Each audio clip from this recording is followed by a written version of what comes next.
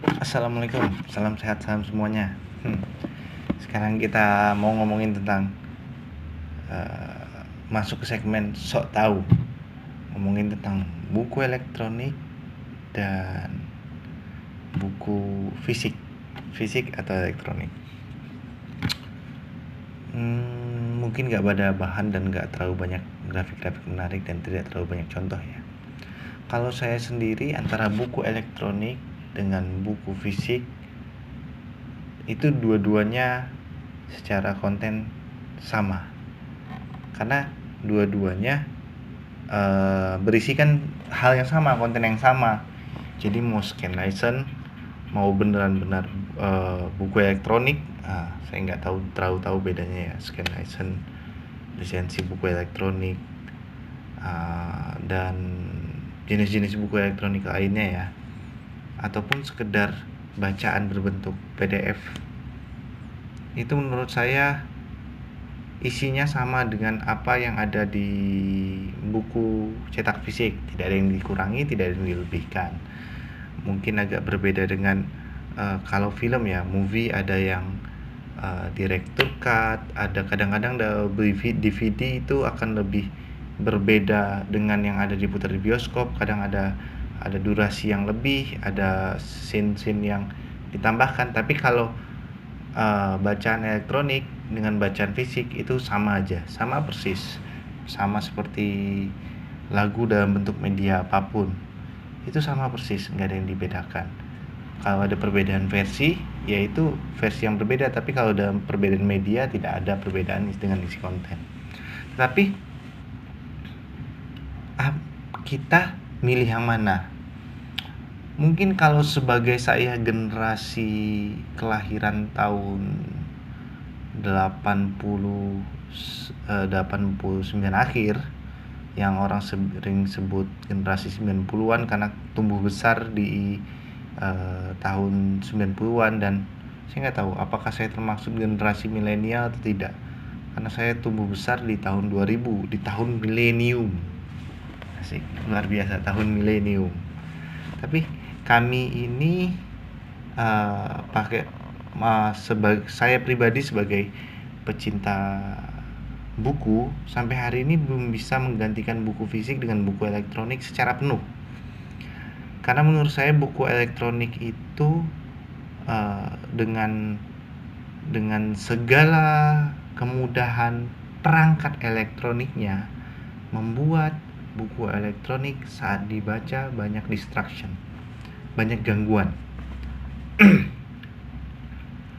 Contoh, kalau saya membaca di handphone, gangguan notifikasi itu luar biasa membuat kita sedang membayangkan, mengimajinasikan apapun di dalamnya. Di dalam bacaan tersebut kita lagi menerjemahkan, di kepala kita lagi menerjemahkan definisi kata-katanya, membuat rangkaian gambar, visualisasi yang tidak, terkadang visualisasi itu tidak bisa kita ungkapkan lagi dengan kata-kata kepada orang lain, bahwa visualisasi kita itu luar biasa, mungkin berbeda dari maksud apa yang ditulis penulis ataupun apa, tapi visualisasi dalam pikiran itu terus tiba-tiba ada notifikasi, telenteng. Akhirnya terpengaruh referensinya.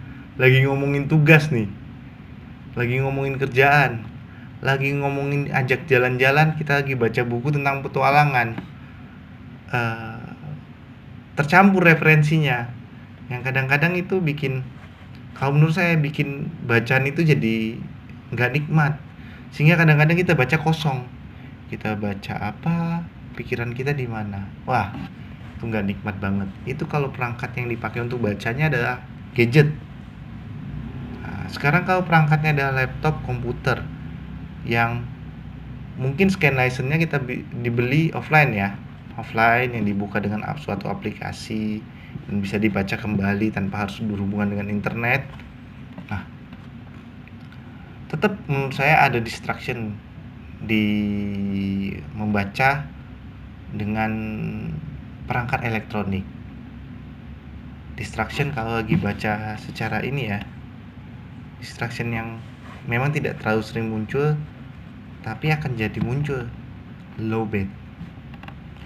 baterai lemah. Distraction pertama. Yang kedua adalah distraction yang kedua adalah fasilitas yang di dalamnya, fasilitasnya terlalu banyak.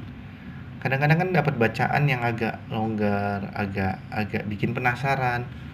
Ada definisi apa yang kita tidak tahu, atau kita ini ada hubungannya. Kadang-kadang kan kita berpikiran ini bacaan, ada hubungannya dengan tulisan dia di buku lain, dengan pengarang yang sama ya, dengan penulis yang sama. Nah, kita ada kedistrak untuk mencari tahu lebih cepat. Kecepatan dan kemudahan itu membuat kita kadang-kadang dalam membaca terganggu. Imajinasinya jadi nggak seliar kalau kita tanpa gangguan. Dan banyaklah kalau misalnya laptop itu terinstall game, kalau ini tiba-tiba teringat suatu fasilitasnya di satu tempat, membuat kita dengan mudah untuk terganggu. Dua hal tersebut yang membuat saya tidak sepenuhnya bisa bergerak, berpindah, tidak sepenuhnya bisa bergeser untuk menjadikan bacaan elektronik itu adalah bacaan pertama, bacaan utama.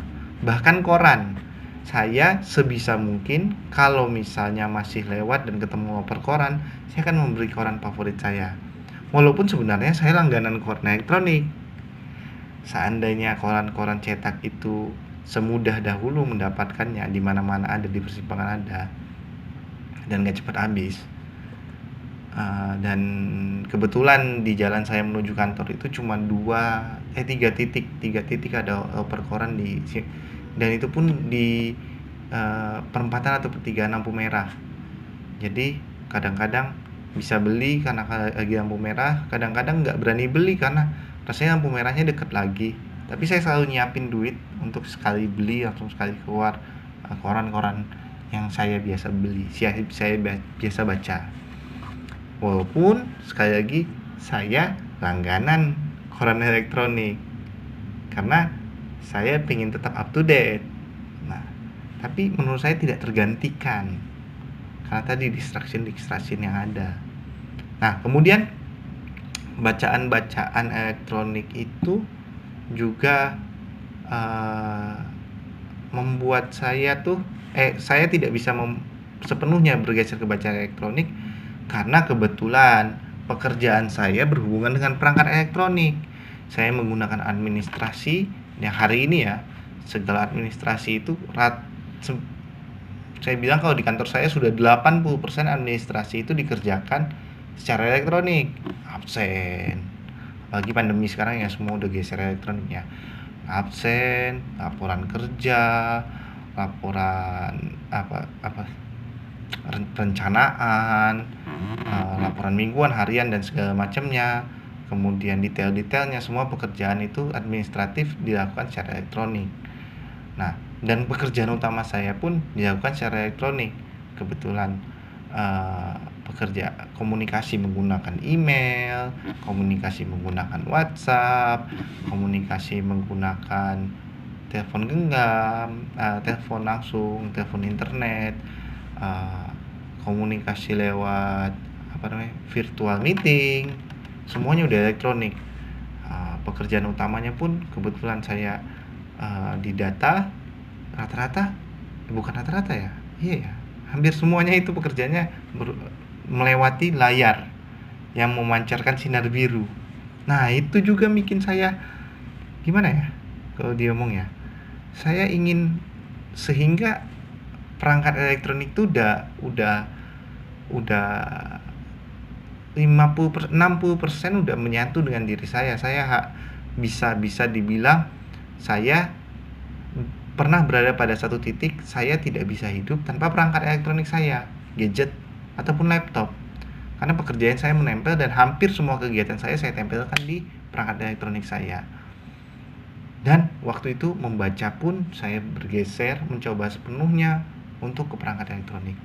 Akhirnya mulai ada secara fisik, ini kacamata bukan kacamata baca, bukan kacamata yang tebal karena butuh untuk rabun jauh yang besar. Tidak, saya minusnya kecil, sangat kecil. Bahkan dulu saya tuh nggak pakai kacamata, males pakai kacamatanya karena minusnya kecil. Karena saya lebih sering melihat dekat, kecuali saya bawa kendaraan, saya baru pakai kacamata. Nah, tetapi ini kacamata sekarang saya pakai terus gara-gara resep dokter saat itu saya merasakan ke mata saya, dan saya suka terlalu sering migrain, dan mata saya itu seperti menyipit selalu, sakitnya luar biasa, sampai pusing, mengganggu kinerja, sampai mual, mengganggu tidur bahkan. Dan saya memeriksakan mata saya, dan saya curiga kepada mata saya menyebabkan kondisi fisik saya menurun. Rupanya saya diperiksakan ke dokter mata, benar. Kecurigaan pertama adalah karena mata, dan di mata kanan saya ini tekanan matanya terlalu tinggi saat diperiksa saat itu. Gejala apa penyakitnya saya nggak tahu, dan beliau bilang kalau terus menerus dibiarkan bisa sampai glukoma ya,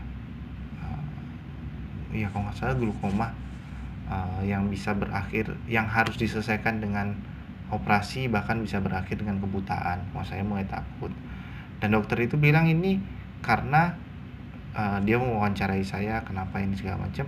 Dia ngomong saya terlalu sering melihat layar biru, akhirnya terkena paparan sinar biru. Akhirnya nih kacamata resepnya adalah menggunakan lensa anti sinar biru agar memperingan, dan berasa memang lebih ringan, dan gejala-gejala saya migrain dan segala macam itu hilang. Rupanya benar, matalah penyebab kondisi fisik saya banyak drop gara-gara saya terlalu sering terpapar sinar biru, sehingga tekanan di sini nih tidak bisa dikontrol, sarafnya tidak bisa mengontrol tekanan mata saya, tekanan di bola mata. Nah, di saat itu saya berpikiran untuk membagi. Jadi saya tidak mau ketergantungan atas gadget, karena saya harus menghindari sinar biru dan mengurangi paparannya. Maka hobi saya yang membaca itu saya kurangi, saya lepaskan daripada gadget, dan saya merasa lebih nyaman bahwa saya tidak tergantungan atas gadget dan perangkat elektronik. Dan saya mulai menyadari bahwa lebih asik membaca, dengan makin berasa asik membaca, makin lebih asik berkhayal dengan tanpa gangguan dan segala macam. Itu di saat itu saya merasakan, wah emang kalau membaca secara elektronik itu terlalu banyak gangguan. Kadang-kadang kita juga terganggu dengan kemudahan video dan segala macam, sehingga pemikiran kita sudah diatur sama orang yang bikin video, ya kan, sutradara dan segala macam itu sudah mengatur. Sedangkan kalau membaca, menuliskan kata apapun, makna dari kata-kata dan kalimat tersebut ada di sisi pembacanya. Penulis hanya bisa menulis, menyampaikan idenya, tapi penerjemahannya ya di pembaca. Maka dari itu saya mulai lagi membaca buku fisik, dan disitu saya merasakan emang harus dipisahin ya, terlalu banyak saya dengan layar biru ini, dan banyak hal yang saya pisahkan. Dan akhirnya saya secara mental pun mulai bergeser, dan mulai bisa untuk tidak ketergantungan atas gadget. Saya bisa untuk menghindari membaca, men-scroll. Kata orang kan ada penyakit tuh, sampai ketergantungan. Nggak penting pun diambil handphone, di-scroll. Nah, dengan saya memisahkan dan mempunyai waktu untuk menghindari gadget, untuk membaca, terapi yang bagus itu. Saya tidak ketergantungan atas bacaan dan tidak ketergantungan atas gadget. Sangat nikmat. Boleh dicoba. Selain hal-hal tadi yang membedakan antara membaca elektronik dengan membaca cetak,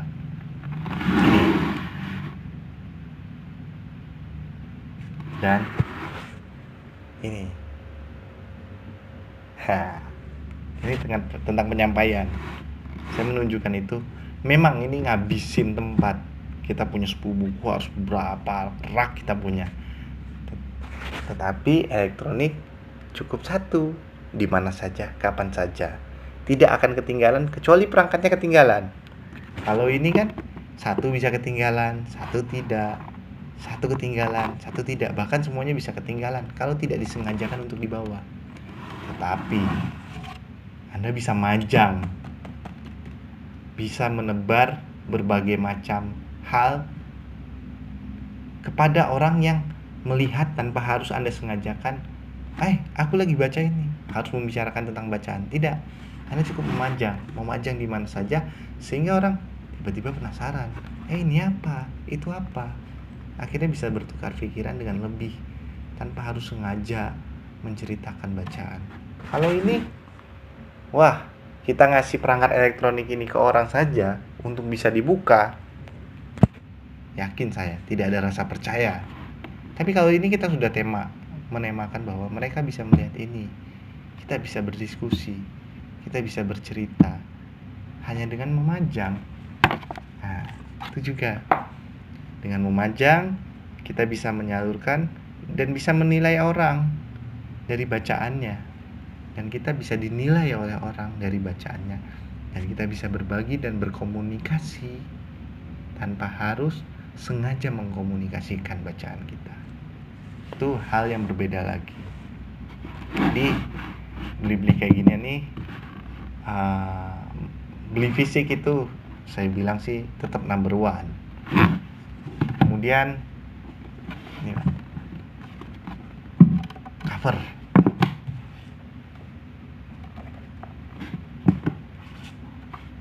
Ya ini apa nih? Oh, pernyataan.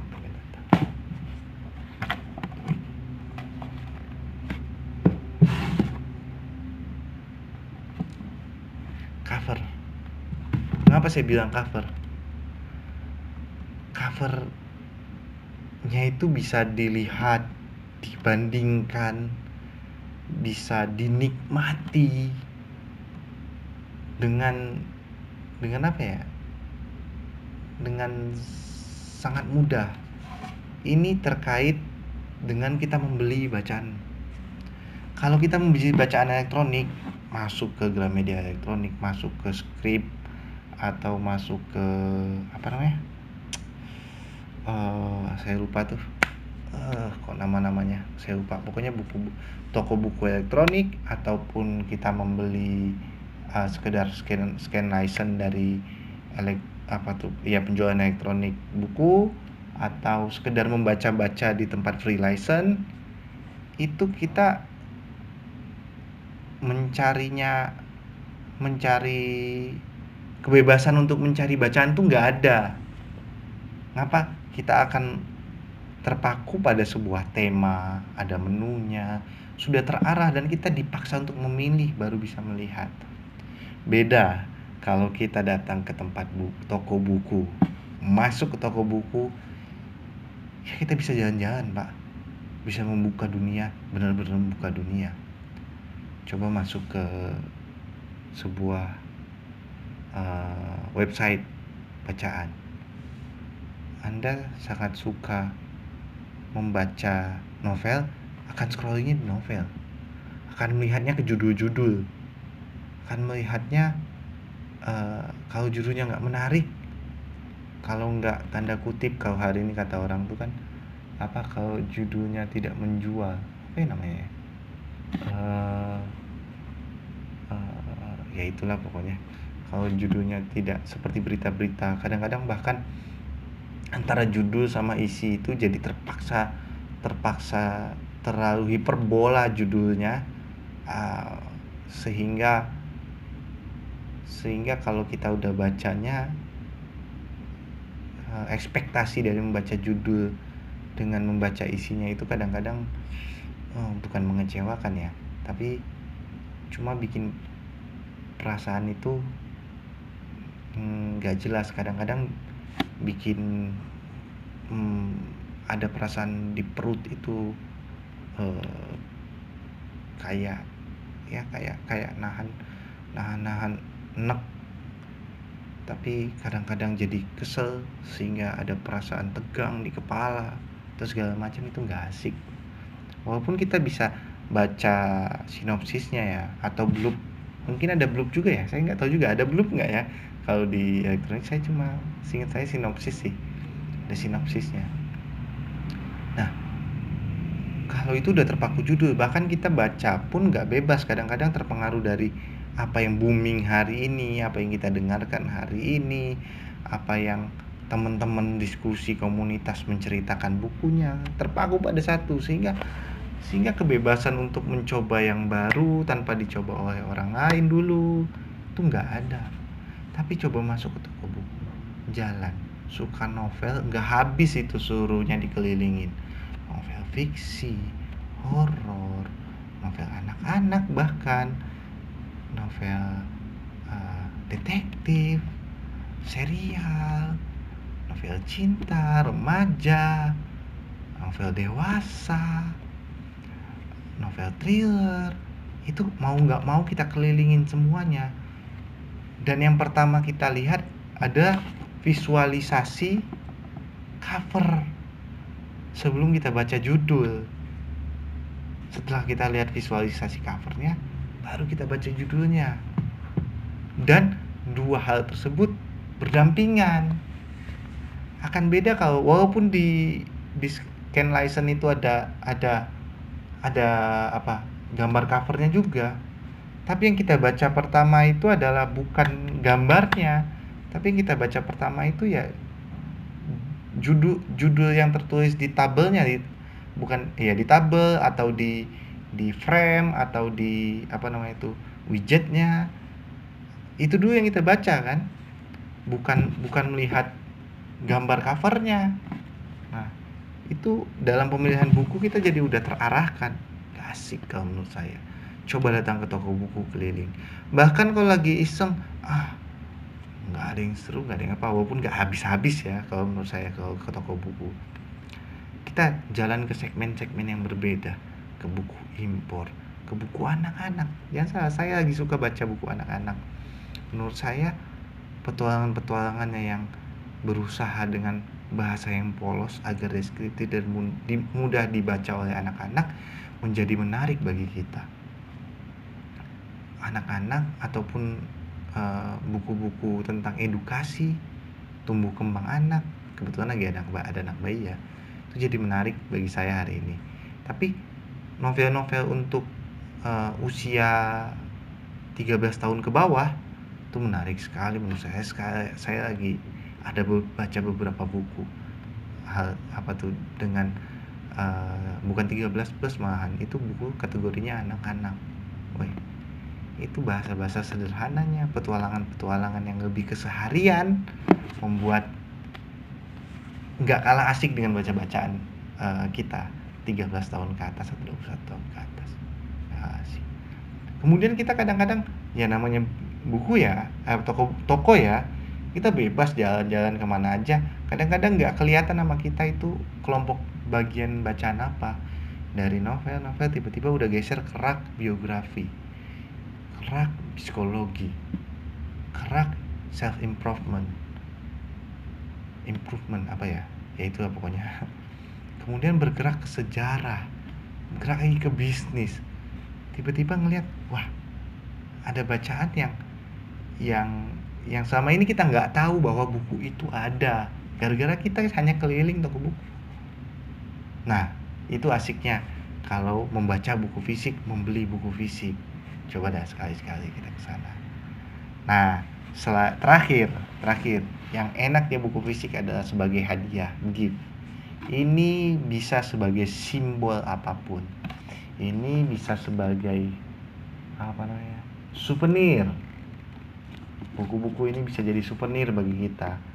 Buku-buku ini bisa jadi ungkapan bagi kita.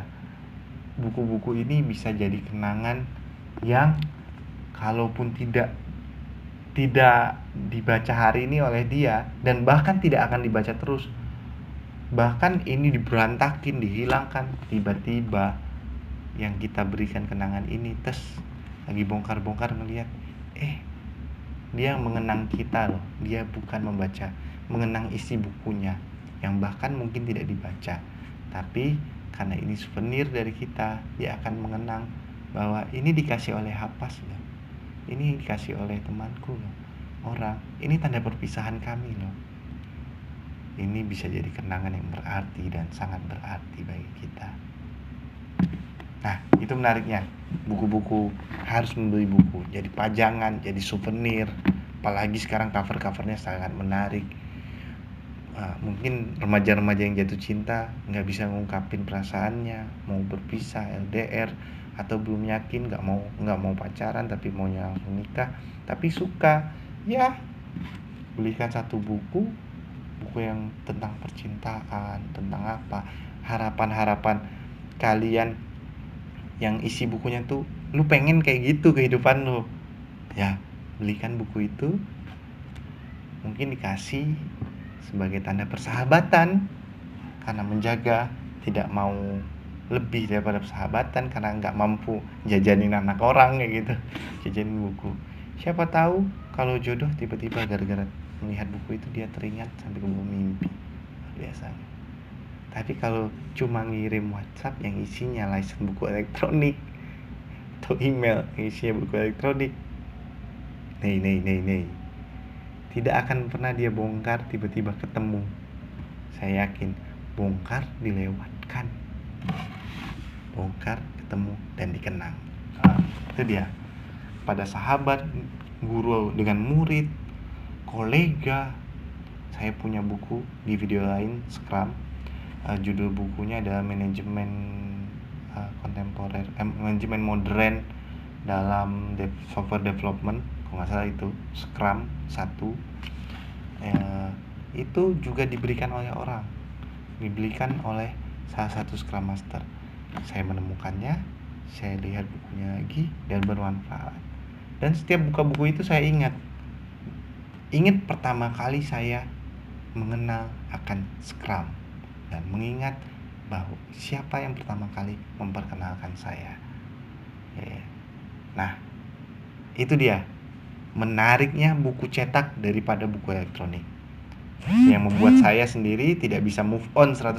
Walaupun saya mempunyai beberapa buku elektronik, bacaan elektronik, license elektronik, free license, saya masih baca komik juga, license elektronik, scan license-nya elektronik, saya baca karena saya mau, ada beberapa judul yang saya pingin duluan tahu sebelum cetaknya hadir di Indonesia. Tapi kalau soal eksplorasi, lebih enak ke toko buku Braille. Oke, itu saja kali ini kita sok taunya. Semoga bisa jadi diskusi yang menarik bagi kita semua. Semoga bermanfaat, semoga menghibur. Nggak apa-apa ya kalau kita selalu sok tahu. Salam sehat, salam berbahagia. Assalamualaikum.